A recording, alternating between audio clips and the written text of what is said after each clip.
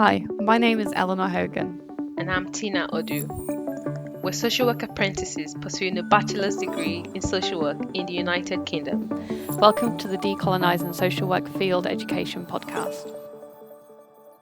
The welfare of the child is paramount. This is the first line of the Children Act 1989, which revolutionized child safeguarding practices in England. We have come to learn about how this piece of legislation is used in social work practice. The Wellbeing Principle is a key concept in the Care Act 2014, which places a duty on the local authority to promote an individual's well-being. And Section 1, Subsection 2 provides a well-being checklist, which includes personal dignity, protection from abuse and neglect, physical, mental health, and emotional well-being, and so on. I know from placement that it's not always usually straightforward to assess individuals' well-being based on this checklist or eligibility criteria, as we would call it in social work practice. Moreover, some individuals have to sit on a waiting list for months sometimes. So, well-being can mean different things across different contexts globally. But what do we really mean by holistic well-being, and who defines this? Is there a framework that can help us as students begin to understand the diverse needs of individuals and communities across the world? Yeah, so we've used the words welfare and well-being interchangeably. And I just did a quick Google search just to clarify the difference between these. And I saw an article on Community Care Inform website, which basically says that there is no difference between welfare and well-being as it is used in social work. And a 2012 case law ruling went as far to use the word interest as synonymous with well-being and welfare. But I digress. And how can we begin to understand other cultures that might seem alternative to UK practitioners and introduce these approaches into our practice? How can we understand well-being in terms of connectedness?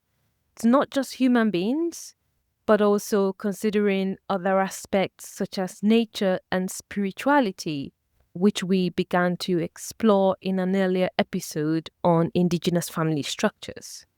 Without further ado, let's welcome our host for today, our very esteemed project lead, Associate Professor Henglien Lisa Chen.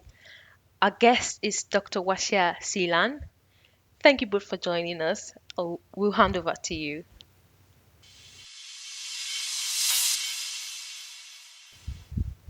Hello, everyone. Welcome to the podcast of Decolonising Social Work Field Education. I'm today's host. My name is Henglien Lisa Chen. I grew up in Taiwan before I come to England. I speak Mandarin, and Taiwan is the small island near Hong Kong. So while I came to the UK, finished my MA degree in social work, my first job was one of the example was quite striking me. Although I have a very good line manager, one time I assessed an old person who need the shopping support for the grocery. He identified his needs is to have a care assistant to go with him to the shop every day. I thought that was quite good. And I thought food, grocery shopping is very basic human needs. I went back to my manager, and my manager said, "Who is going to shop every day on their grocery? People will normally shop weekly." I got quiet, but down to the knee, I thought. I was also the one who shopped nearly every day because that's what we did in Taiwan. I didn't challenge her, and I went ahead to make a recommendation on my care assessment. That was the time before our Care Act 2014 being introduced in England. The Care Act 2014 in England specifically emphasized the well-being principle, including encompassing aspects like dignity, health, safety, participation, and relationship. The Act also specified those defined need to focusing on client service users' perspective rather than professional. I'm very delighted to let my guest introduce herself today, who is Huaxia. She also came from Taiwan, where I came from. Instead of a Han ethnicity, she is an indigenous. So I'm hand over to Huaxia for her to introduce herself. Thank you. Thank you, Lisa. Hi, greetings to you. Hello, friends. Thanks for listening. Kahuntsku Kalang Ulai. I'm from the Ulai village in the Northern Dayan territory. I greeted you in Dayan, so the language of the Dayan people, which is in my village is in the northern part of the Dayan territory in the Daranan River Valley. And like Lisa has kindly introduced, I'm currently based in National Donghua University in the Department of Indigenous Development and Social Work. So we're focusing together in social justice, political science, law from the indigenous perspective, and also preparing our students to become helping professionals as social workers. And many of our students are of indigenous ancestry. And on top of me being in the department, I have stayed in Finland for the past 12 years. So being able to be and situated here in Europe and understanding the care system and both the challenges and struggle has been a true gift. And I hope that I can contribute also to that and speaking to that context. Thank you, Basha. So to help listeners everywhere understand the foundation of indigenous approaches, could you introduce a core idea or practice, perhaps like Gaga, is that right? Traditional laws and a way of life, or the Daya's understanding of a holistic way of living? What fundamental lessons about community strength, deep connections, and what it means to truly flourish can social work students and practitioners, whether in the UK or elsewhere, take from the specific indigenous wisdom? So just to start, what we are trying to build here to have this care or care system, care model, or cultural humility lessons and this environment is really based in the idea that each community has our own way of taking care of ours. So no matter you are from indigenous communities or not, I'm sure that from the small village in where you come from in Jiayi, or it could be a small communities in the mountains where the Dayan people has long been living, before the state, before the government has came to our village, we have our own way of taking care of our young people, our old people, of a way of striking a balance between different beings, no matter it's human being or non-human being, just to live and to place ourselves, to ground ourselves in the environment. So the idea is that there is this system that's already in place. And the national state, the nation state came in, they placed this system that they think is very good, but then it's usually coming at the cost of not seeing or absorbing the perspectives of the local people. So just linking to what you just mentioned, so Gaga is a very important, our law, basically, our cosmology of how we interact with each other. So everything is written in the idea of Gaga. So to insert the ideas of Dayan law, Gaga, into the social work practice or indigenous development, the idea is not just, oh, this is another way of care practice to get closer to the old people. It's not just yet another practice, but it's more about challenging the dominant way of organizing care, of who has the power to define what is good care, and who are the older people that we are serving. In the context of Taiwan, where I'm more familiar, the long-term care system is mainly built from the urban Han Chinese perspective. And then it's really built without any input from the people on the ground, including migrant people, indigenous people, and many people that is being marginalized. Yeah, I think it's very well said, and it's a very good point to help us to aware that even within the small island Taiwan, there is very diverse in terms of the culture and in terms of the way of living, but also in terms of the way of sustain and promote well-being across different local area in Taiwan. So let's to my another question to you, Wasiq, that I'm intrigued about one of your latest publications that you are co-author, which bring a very important critique highlighting how current neoliberalism, for example, the emphasis on differences or measurable outcome in service, which many of us will recognize in our own countries, can sometimes, even with good intentions, sometimes goodwill is not good enough, can create new barriers for indigenous self-determination and holistic well-being. Could you share your reflection on these interconnected challenges, please?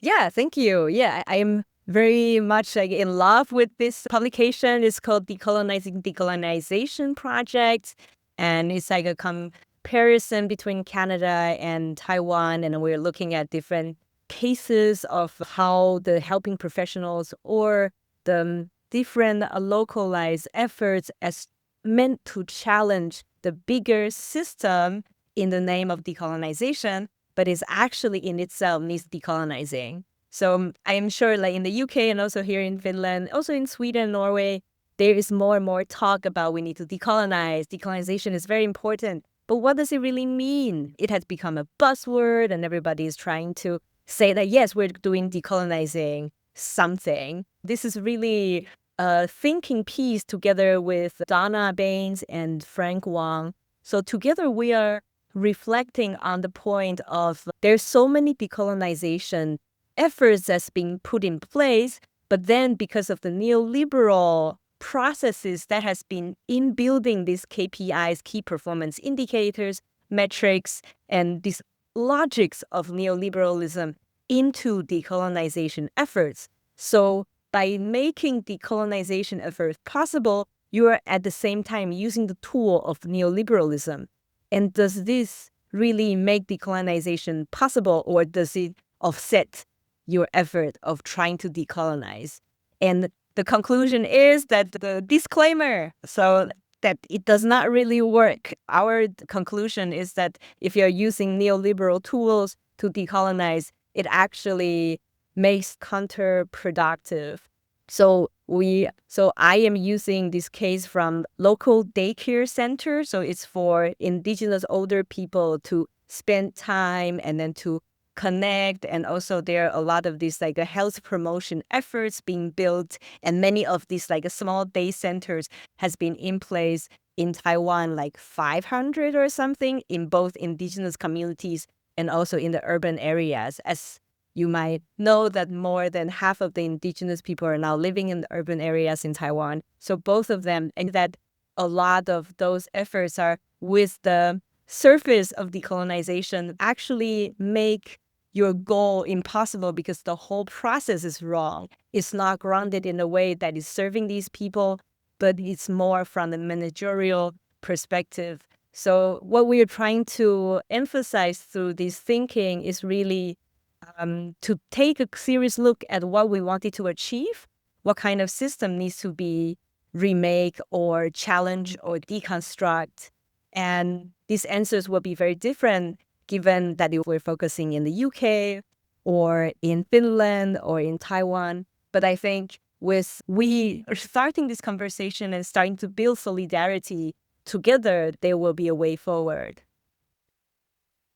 That is very valuable point, Huaxia. Well, you are very much stressed the importance of awareness in terms of the systemic context about the systems, which is quite contradict to the Care Act in the UK. It's very much focusing on very narrative individual approach instead of looking at the system as a whole, like what you just explained in terms of the system approach. So that refer to one of your article, 2024 paper, that you were mentioned about Malahan concepts, holistic care, is that right? And the importance of Sisan, if I pronounce it right, and that means storytelling or the visiting.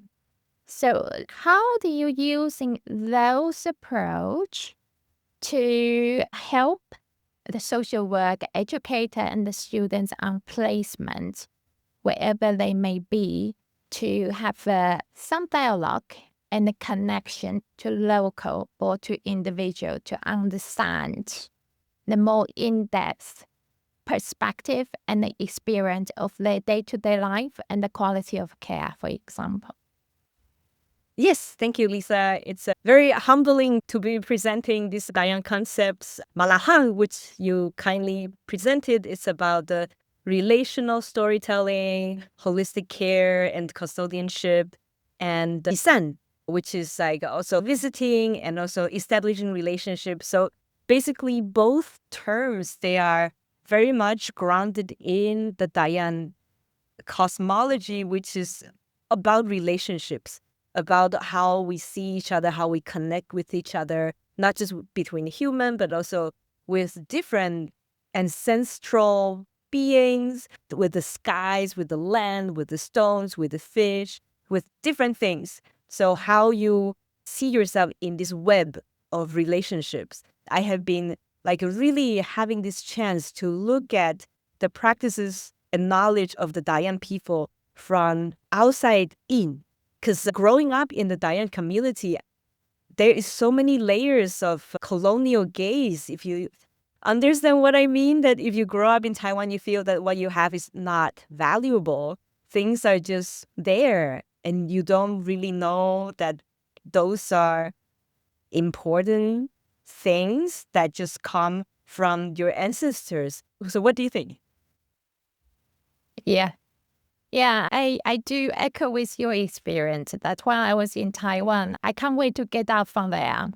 But while I'm in the UK, I start to appreciate what I had while I was in Taiwan. So it's this kind of appreciation while you have a distance from your privilege, really. So in our course trainings, we are very much focused to nurturing our social work student in terms of a self-awareness, understand self.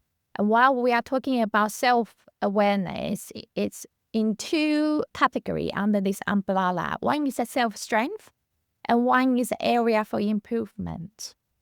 But you highlight another aspect which is so valuable I haven't thought about. It's about understand what to appreciate. Appreciate yourself. I think that it's very important in terms of appreciate others as well. One of the things we can further strengthen in our social work training and in our social work field education is about, perhaps like you say, about appreciate ourselves to begin with, in order to develop appreciation to people who we work with. Yes, thank you. And then we are going to have a further conversation about how our students can work together very soon in other occasions. And I must confess that it's always haunting me from my early years experience while I was in the uni in Taiwan. In Taiwan, you normally have a lot of volunteer group from the uni go to the indigenous community to be volunteers. One of the striking remarks I received, I still remember so lively, is one of the little children told me about, you come here to change our life, and you stay here only for a few weeks, then you're gone. And how about us? You left us here, changing our life, and left us here alone. So that is something that I feel quite strike and haunting me for the rest of my life. And that is also show how responsible and how important job that social work can be. That's changing people's life, but be responsible to support people to live the life they feel is the way that's living well in their own term. And that's how we can think about well-being together in a different way, but still like together with our students. Yeah, indeed. So my last question to you, Wasiq, is about in the UK, normally we are quite emphasize and quite encouraging our social work students to do the reflective practice in their field education, in their placement, to reflect on why they do certain things, what they did, how they did it, and how to improve. So that is a principle of a reflective practice. So from your perspective, is there any key questions that's the prompt question you can help the students, support students to carry on with their reflective practice to promote the well-being of people that they are working with? Yeah, thank you, Lisa, for the question. Wow, this is a very important question to reflect upon. But I think before to get into the reflecting questions, I wanted to pause a bit and then go back to the experience that you shared, that is experience that has been haunting you for a while from the university experiences. And I think it's not just you, but it's like a generation of wounds of what do we do when we enter Indigenous communities, because I have been in one of these groups and also with my colleagues, many of them actually come into the profession of social work or Indigenous development social work because of this experience. Because some people, they go into an Indigenous community and say, yes, I'm going to transform your life. You can be more like us. And then they left and then they never really think so much anything about this anymore. But then for some others, it stays with them.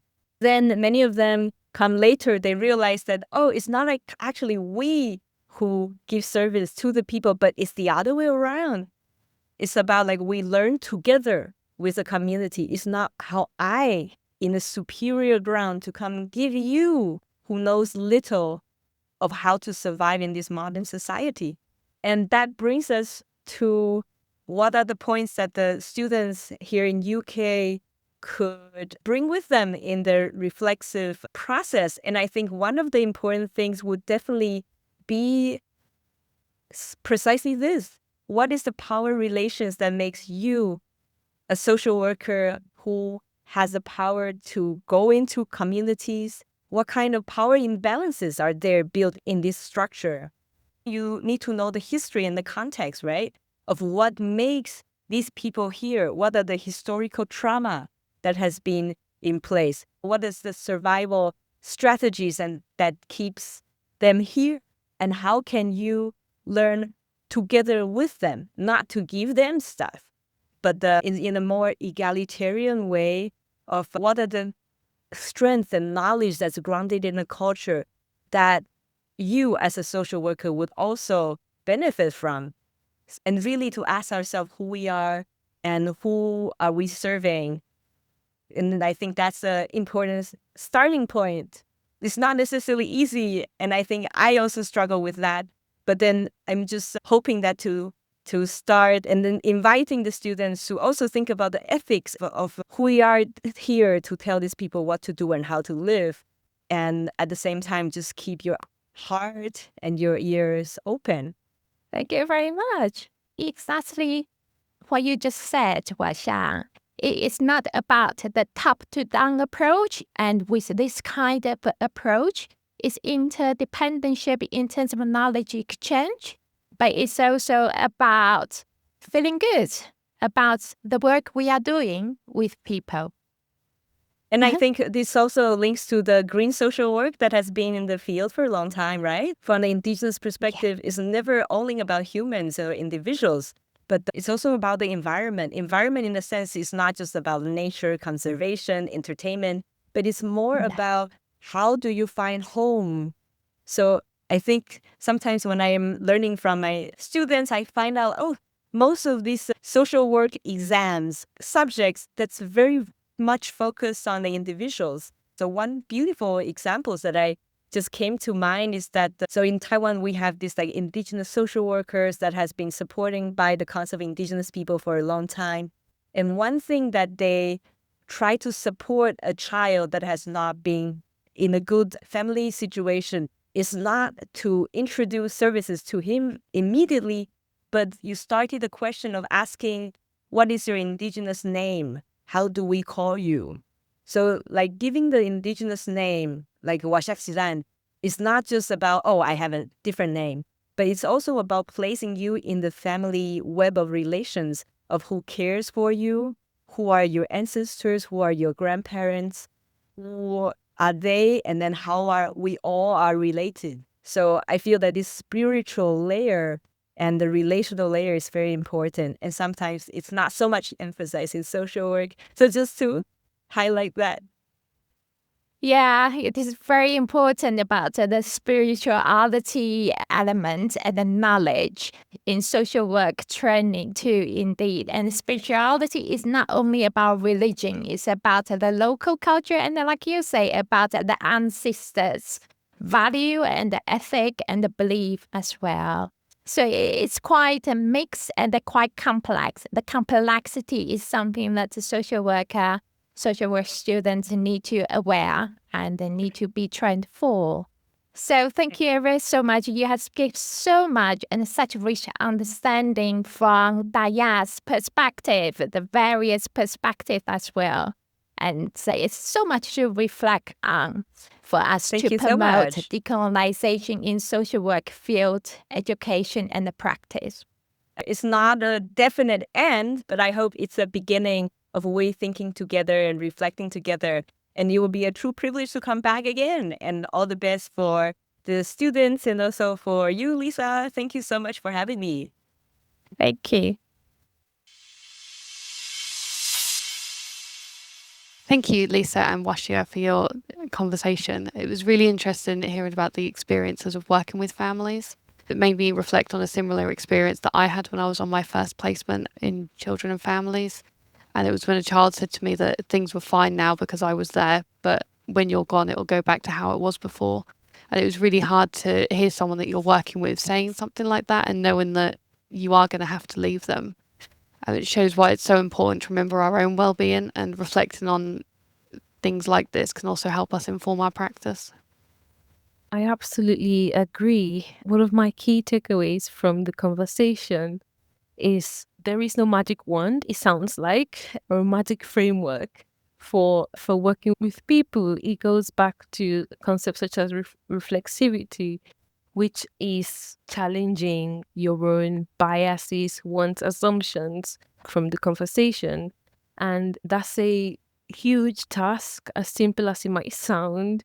I know as a student myself, I realized when working with people, the situations that make me think about, when I reflect back on, I actually can see how my biases came into play. And sometimes I feel ashamed about that. Is learning to accept this and be open and willing to make the change. I guess that's what Lisa and Washa were emphasizing there.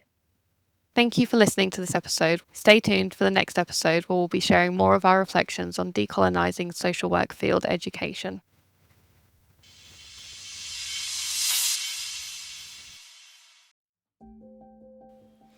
You've been listening to the Decolonising Social Work Field Education podcast, Global Dialogues for Change, an international participatory project with students, experts by experience, practitioners and academics, funded by the European Association of Schools of Social Work, led by Associate Professor Henglien Lisa Chen at the University of Sussex, and co-produced by Mitali Kulkarni.